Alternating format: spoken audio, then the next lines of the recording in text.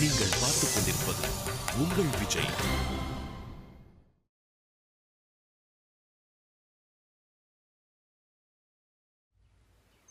சத்தி சத்தி சொன்னா கேளியா? போன் அடிச்சு பாரு. எதுக்கு திரும்ப திரும்ப ஆமான போறதுக்கா? சும்மாறா நீ வேற. யோ, உன் அத்தை ஏதோ ஒரு ஆத்திரத்துல அப்படி பேசியிருக்கலாம். அத மனசுல வச்சுக்கிட்டு நீ ரேவதிட்ட பேசாம இருப்பியா?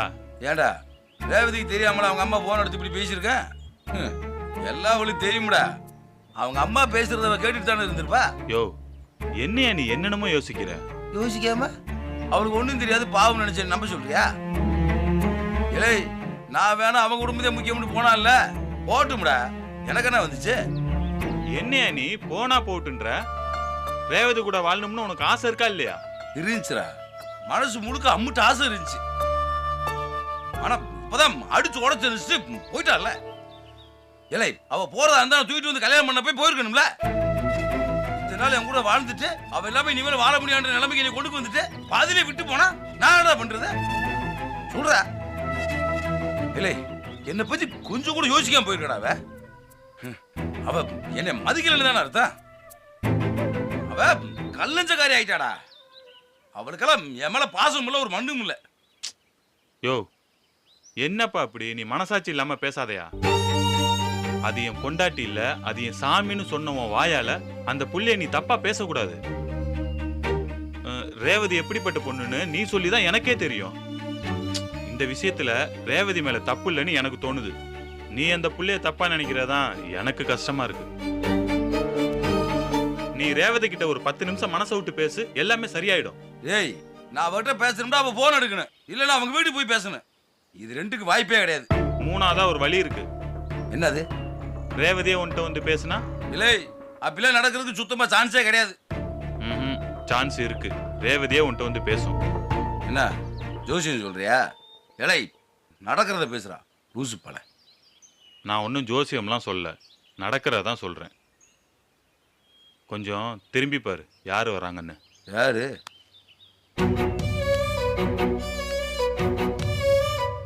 இல்லை நீ அவட்ட என்னன்னு பேசி அனுப்பு.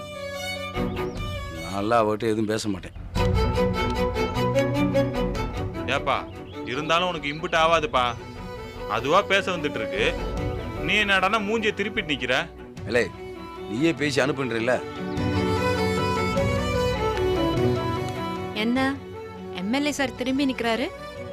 என்கிட்ட எல்லாம் பேச மாட்டாரா? ஏன் பேச மாட்டாரு? அதெல்லாம் நல்லா பேசுவாரு. இல்லை ஏப்பா சத்தி, யாரு வந்திருக்கான்னு பாருப்பா.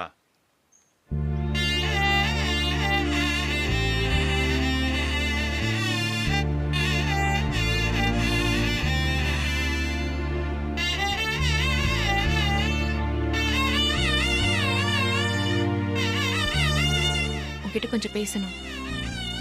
எனக்கு உங்ககிட்ட பேசுறதுக்கு ஒன்றும் இல்லை. உன் கோவம் எனக்கு புரியுது, அது நியாயம்தான். ஆனா நான் என்ன சிச்சுவேஷன்ல போனேன்னு உனக்கு தெரிஞ்சதுன்னா? என்னங்க பெரிய சுச்சுவேஷனு? என்ன பெரிய சுச்சுவேஷனு? உங்க அப்பா வந்து மாமா வீட்டுக்கு போலாம்னு கூப்பிட்டா உடனே கிளம்பி போயிருவீங்களா? எவைய கழுவிட்டு போனா நம்மளுக்கு என்னாண்டு வெட்டி வடியை தூக்கிட்டு உடனே பின்னாடியே போயிட்டீங்க. உனக்கு எனக்கு ஒண்ணுமே இல்லடா. எனக்கு நீ எல்லாம் ஒன்றும் முக்கியம் கிடையாது. எங்க அப்பா தான் முக்கியம். எனக்கு டாடா காமிச்சு போயிட்டீங்கல்ல. இப்பதாங்க தெரியுது உங்க மனசு என்னாண்டு. இனி உங்களை பத்தி புரிஞ்சுக்கிறதுக்கு என்னங்க இருக்கு? என்ன சக்தி இப்படி பேசுற? வேற எப்படிங்க பேச சொல்றீங்க? சொல்லுங்க. நான் உங்களை நம்பி மோசம் போனவே இல்லை. என் வேதனை என்னான்னு எனக்கு தாங்க தெரியும். எங்க அப்பா இப்படி வந்து கூப்பிடுவாருன்னு யோசிக்கவே இல்லை. ஐஏஎஸ் முடிஞ்சதும் வரேன்னு சொன்னியே, அதான் முடிஞ்சிருச்சுல. ஏன் இன்னும் இங்கேயே இருக்க? வா வீட்டுக்கு போலான்னு அப்பா வந்து கூப்பிட்டாரு. நான் கூப்பிட்டா என் மக வந்துருவான்னு அவர் அவ்வளோ நம்பிக்கை வச்சிருக்கிறப்போ அவர் முகத்துல அடிச்ச மாதிரி வர முடியாதுன்னு சொல்லியிருந்தா அவர் அப்படியே உடஞ்சு போயிருப்பாரு. வேற வழி இல்லாம என் அப்பா கூப்பிட்டதும் நான் போயிட்டேன். உங்க அப்பா மனசு உடஞ்சு போவாருன்னு அவர் கூட போனீங்க இல்ல? அப்ப நான் உங்களுக்கு முக்கியம் இல்லை, அப்படித்தானே? இது நம்ம கால சுத்துற நாய் தானே. சீப்போன்னு துரத்தி விட்டா வேலை முடிச்சுன்னு நினைச்சிட்டீங்க. என்ன சக்தி வார்த்தையால என்ன கொல்ற? நானே என்ன பண்றதுன்னு தெரியாம கலங்கி போயிருக்கேன். அன்பா பேசலனாலும் பரவாயில்ல, என்ன இப்படி காயப்படுத்தாத. நான் தாங்கிக்க முடியல. நான் உங்ககிட்ட அன்பா பேசி அடிமையா இருந்ததெல்லாம் போதுமுங்க. என்னைக்கு தேவையில்லைன்னு சொல்லி எச்சியலை மாதிரி தூக்கி போட்டு போனீங்களோ அப்பயே உங்களை பற்றி நான் தெரிஞ்சுக்கிட்டேங்க. எத்தனை தடவை சொல்றது, நீ வேணான்னு நான் போல. எங்க அப்பா வார்த்தையை மீற முடியாம தான் நான் போனேன். சரி, இப்போ சொல்லுங்க, உங்களுக்கு யார் முக்கியம், நானா இல்லை உங்கள் அப்பாவா? எனக்கு 2 பேருமே முக்கியம். அதெல்லாம் கிடையாது. இங்க பாருங்க, நானா உங்கள் அப்பாவான்னு சொல்லுங்க. அப்படியெல்லாம் என்னால சொல்ல முடியாது. நீங்கள் சொல்லன்றாலும் எனக்கு தெரியுங்க, உங்களுக்கு உங்கள் அப்பா தான் முக்கியம். அவர் வாண்டு ஒரு வார்த்தை கூப்பிட்டுன்னு அவர் பின்னாடியே போனால் என்ன அர்த்தம்?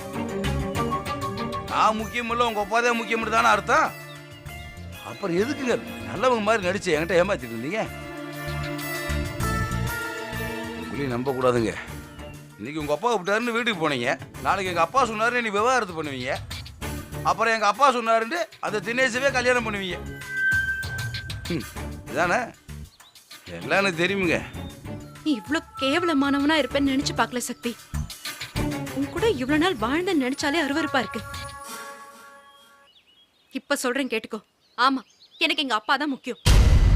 அவர் சொல்ற எல்லாத்தையும் நான் கேட்பேன். அவர் சொன்னா தினேஷே நான் கல்யாணம் பண்ணிப்பேன். மூஞ்சிலே நான் முழிக்க மாட்டேன்.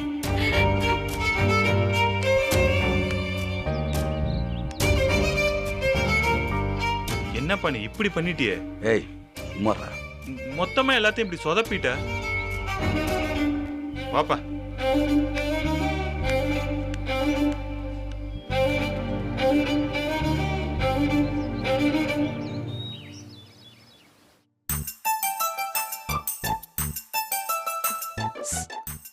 கத்தி கத்தி.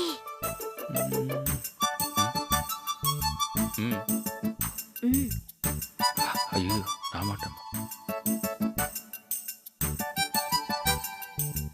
போய் சொல்லு ஏதோ சொன்ன ப்ளீஸ்.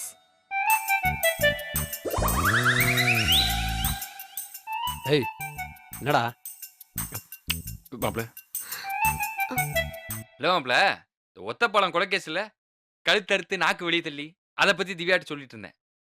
அதுக்கு வாயை திறந்து சொல்ல வேண்டியதாண்டா. எதுக்கு நாடகம் நடிச்சு காட்டிட்டு இருக்கிற? இல்லை மாப்பிள, கழுத்தறுத்தா பேச்சு வராது இல்லை, அதான். என்ன நக்கலா? உன் கண்ணிலே ஒரு களவாணி தானே தெரியுது. என்னடா நடக்குதுங்க? என் கண்ணே அப்படிதான் மாப்பிள. என்னன்னு தெரியல, நம்ம ஊர்ல மட்டும் கண்ணு பெருசா இருந்துச்சுன்னா களவாணி பையன் சொல்றாங்க. டேய் என்ன நடக்குதுங்க? ஒன்றும் இல்லையா? தெரியலையா? ஒன்றும் இல்லையா இல்லை தெரியலையா? மாப்பிள மேற்கொண்டு கேள்வி வைக்காத, நான் உளறிடுவேன். எதா இருந்தாலும் திவ்யாட்ட கேள்வி. என்ன திவ்யா? ஒன்றும் இல்லை. என்னன்னு சொல்லு. ஒன்றும் இல்லை, ஒரு டிவோர்ஸ் கேஸ். ஆப்போசிட் பார்ட்டியை ஆஃபீஸ்க்கு வர சொல்லியிருக்கேன், அதான். சாதாரண விஷயம் தானே, இதை சொல்றதுக்கு ஏன் இவ்வளோ யோசிக்கணும்? நான் சொல்ல மாப்பிள, கேஸ்னா கேஸா தான் பாப்பாப்ல, அதை புரிஞ்சுக்கிட்டு அழகரா பார்க்க மாட்டாப்ல. நான் சொல்லல. ஆண்டல் வரலா?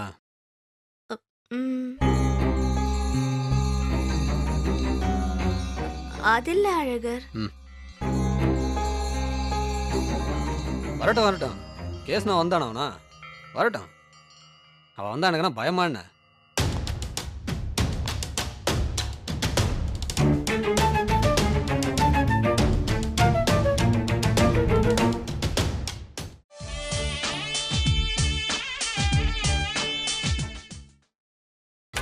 நீங்கள் பார்த்துக் கொண்டிருப்பது உங்கள் விஜய்.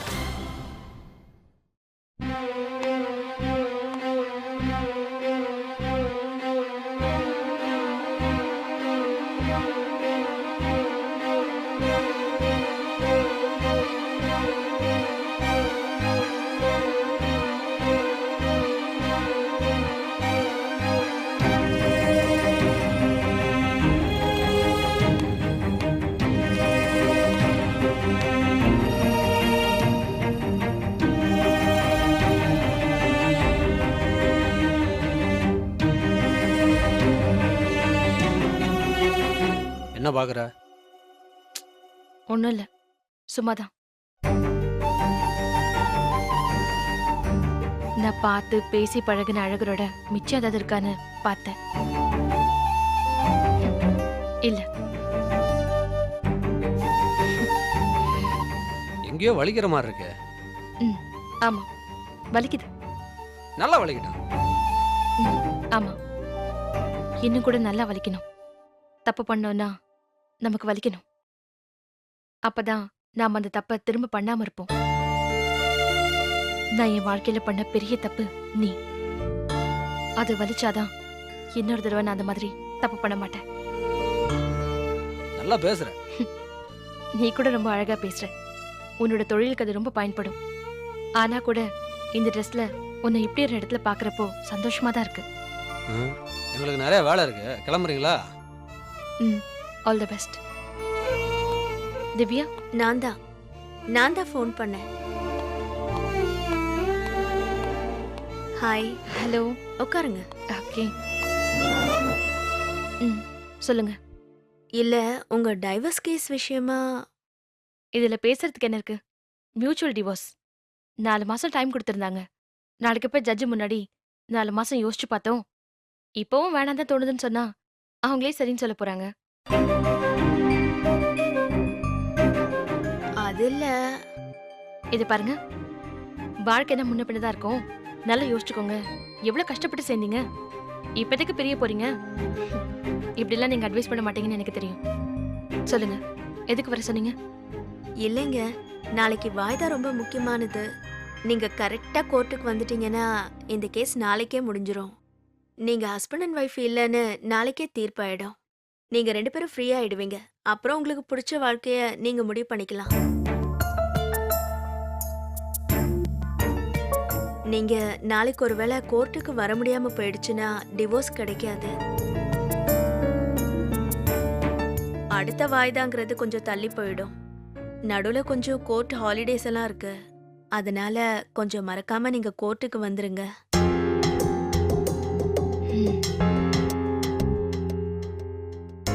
அப்புறம் இன்னொரு விஷயம். என்ன? இல்ல, ஒருவேளை நீங்க நாளைக்கு உங்க மனசை மாத்திக்கிட்டு முடியாதுன்னு சொல்லிட மாட்டீங்களே? என்ன திடீர்னு அப்படி ஒரு சந்தேகம்? இல்ல, மியூச்சுவல்ல ஒருத்தர் முடியாதுன்னு சொன்னாலும் கேஸ் ரொம்ப இழுத்துட்டு போயிடும். அதனாலதான். உங்களுக்கு அவரோட சேர்ந்து வாழணும் அப்படி ஏதாவது ஐடியா இருந்தா நாளைக்கு புதுசா கோர்ட்ல வந்து சொல்லி அதை கேட்டு அவர் ஷாக் ஆகி தேவையில்லாத சிக்கல்லாம் வேணாம்ல. திவ்யா, நான் உங்ககிட்ட ஒண்ணு கேட்கலாமா? சொல்லுங்க. எனக்கு டிவோர்ஸ் வாங்கி தரதுல உங்களுக்கு ஒரு தனி அக்கறை தெரியுது? இல்லையே, அப்படியெல்லாம் இல்லையே. எங்களை பொறுத்த வரைக்கும் இது இன்னொரு கேஸ், அவ்வளவுதான். இல்ல, இது இன்னொரு கேஸ்ன்றதை தாண்டி பர்சனலா உங்ககிட்ட ஏதோ ஒரு ஆர்வம் தெரியுது, ஒரு படபடப்பு தெரியுது. இந்த டிவோர்ஸ் நல்லபடியா கிடைக்கணுங்கிற ஒரு டென்ஷன் தெரியுது. அப்படியெல்லாம் எதுவும் இல்ல. என்ன, அவன் மேல ஒரு சின்ன இன்ட்ரெஸ்ட் இருக்கா? இங்க பாருங்க. நீங்க 2 பேரும் போன்ல மணிக்கணக்கா பேசுறது, மெசேஜ் அனுப்புறது எல்லாமே எனக்கு தெரியும். அவனை நீங்க கட்டிக்கிறதுனால ஒரே ஒரு வசதி, 2 பேரும் வக்கீல்ன்றதுனால செலவே இல்லாம டிவோர்ஸ் வாங்கிக்கலாம்.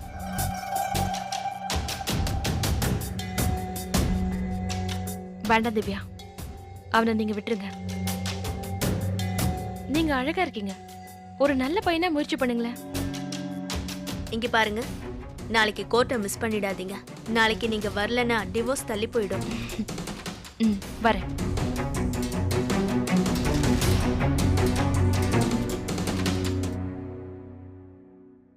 கத்தி, நான் வரேன்.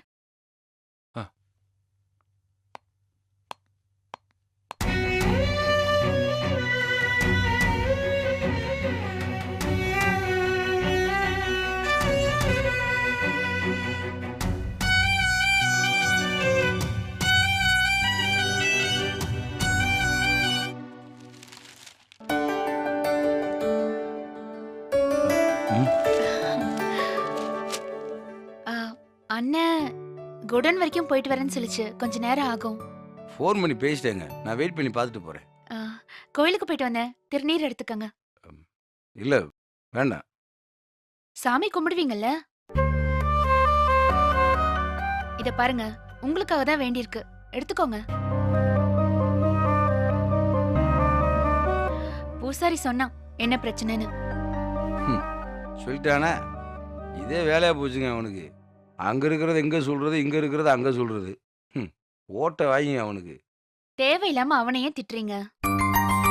பூசாரிய கட்சி ஆபீஸ்ல பார்த்தேன், முகமே சரியில்லை. நானா வற்புறுத்தி என்னன்னு கேட்டதும் அவன் விஷயத்த சொன்னான். உட்காருங்க. என்ன பிரச்சனை? எல்லாம் நல்லதானே போயிட்டு இருந்துச்சு. நானும் அப்படித்தான் நினைச்சிட்டு இருந்தேன். இப்பதான் தெரியுது எதுவுமே சரியாகலன்னு. சேரவே மாட்டீங்கன்னு நினைச்ச 2 பேர் சேரலையா? எனக்கு நீங்க இப்படி ஒரு தப்பு பண்ணியிருந்தா நான் உங்களை இந்த ஜென்மத்துக்கு மன்னிச்சிருக்க மாட்டேன். உண்மையிலேயே ரேவதி பெரிய மனுஷிதான். அவ்ளோ பெருந்தன்மையா உங்களை மன்னிச்சு ஏத்துட்டு இருக்கா. நீங்க கொஞ்சம் பொறுமையா போங்க, சரியாயிடும்.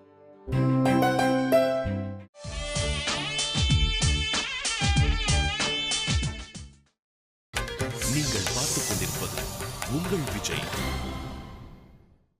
உண்மையிலேயே ரேவதி பெரிய மனுஷிதான். அவ்ளோ பெருந்தன்மையா உங்களை மன்னிச்சு ஏத்துட்டு இருக்கா. நீங்க கொஞ்சம் பொறுமையா போங்க, சரியாயிடும். என்ன இல்லங்க, எப்பவுமே சண்டை போடுறவ இன்னைக்கு சமாதானமா பேசுறாளேன்னு ஆச்சரியமா இருக்கா? நான் கொஞ்சம் அப்படிதான் மாறிக்கிட்டே இருப்பேன். இப்படி அடிக்கடி மாறுறது நல்லாவா இருக்கு? மாறாம இருக்கிறது தான் தப்பு. புரியல. நான் உங்களை பத்தி நல்ல விதமா நினைக்கிறேன், நீங்க அப்படி இல்லைன்னு தெரியுது. அப்போ நியாயமா நான் மாறணும் தானே? சரி, மாறலான்னு என்னங்க அர்த்தம்? ஆரம்பத்துல உங்களை நல்லவரா நினைச்சிட்டேனே அப்படிங்கிற ஒரே காரணத்துக்காக உங்களை அட்ஜஸ்ட் பண்ணிக்கிறேன்னு அர்த்தம். அதே மாதிரி நான் உங்களை தப்பா நினைக்கிறேன், நீங்க இப்ப கொஞ்சம் நல்லவர்னு தெரியுது. அத ஒத்துக்கிறதுல என்ன ஈகோ இருக்கு? இத பாருங்க, ஒத்துக்கிட்டு மாறுறதுதான் நல்லவங்களுக்கு அடையாளம். இப்ப புரியுதா? மாறாம இருக்கிறவன் நல்லவன் கிடையாது. அடிக்கடி மாறுறதுக்கு தயாரா இருக்கிறவன் தான் நல்லவன். புரிஞ்சுதோ இல்லையோ, டென்ஷனா இருந்த நீங்க சிரிச்சிட்டீங்கல்ல, அதுவே பெரிய விஷயம். நீங்க மாறிட்டேன்னு எனக்கு அப்பவே தெரியும். எப்படி தெரியும்? எப்பயுமே நீ வாவோன்னு பேசுவீங்க. ஆ, இன்னைக்கு பேச்ச ஆரம்பிக்கிறப்பவே நீங்க வாங்கன்னு சொல்லி பேசுனீங்கல்ல. பா, என்ன ஒரு கண்டுபிடிப்பு.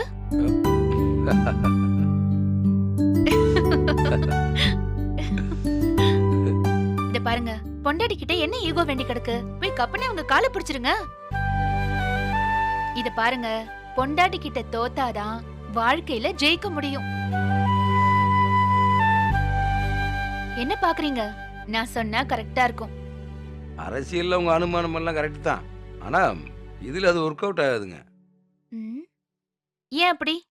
காதல் கல்யாணங்கிறதெல்லாம் வேற ஒரு ஏரியாங்க அது.